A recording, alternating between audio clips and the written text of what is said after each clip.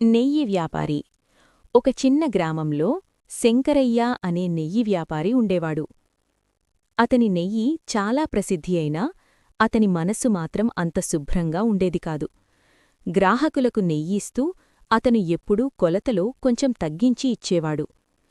ఎవరూ గమనించరు అని అనుకుని ప్రతిరోజూ చిన్న చిన్న మోసాలు చేసేవాడు. ఒకరోజు ఒక పేద వృద్ధురాలు వచ్చింది. ఆమె అన్నది, బాబూ, పూజకోసం కొంచెం నెయ్యి ఇవ్వు. శంకరయ్య ఆమెపై కూడా దయచూపలేదు.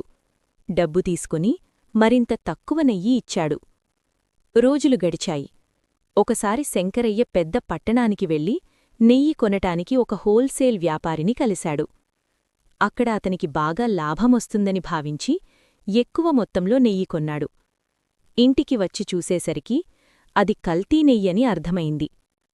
అతను డబ్బు మొత్తం పోయింది అని చాలా బాధపడ్డాడు. అతను చేసిన మోసం వలన గ్రామంలో అతని పేరు చెడిపోయింది. అందరూ అతని దగ్గర నెయ్యి కొనడం మానేశారు. అప్పుడే శంకరయ్యకు అర్థమైంది, నేను చేసిన మోసాలే ఈరోజు నా దగ్గరికి తిరిగి వచ్చాయి అని. ఆ రోజునుంచి శంకరయ్య నిజాయితీగా వ్యాపారం చేయడం మొదలుపెట్టాడు. కొలతలో తప్పు చేయకుండా, ఎవర్నీ మోసం చేయకుండా నిజాయితీగా ఉండేవాడు. మెల్లగా గ్రామస్థులకు శంకరయ్యపై నమ్మకం తిరిగివచ్చింది. నీతి: కర్మ బూమరాంగ్ లాంటిది.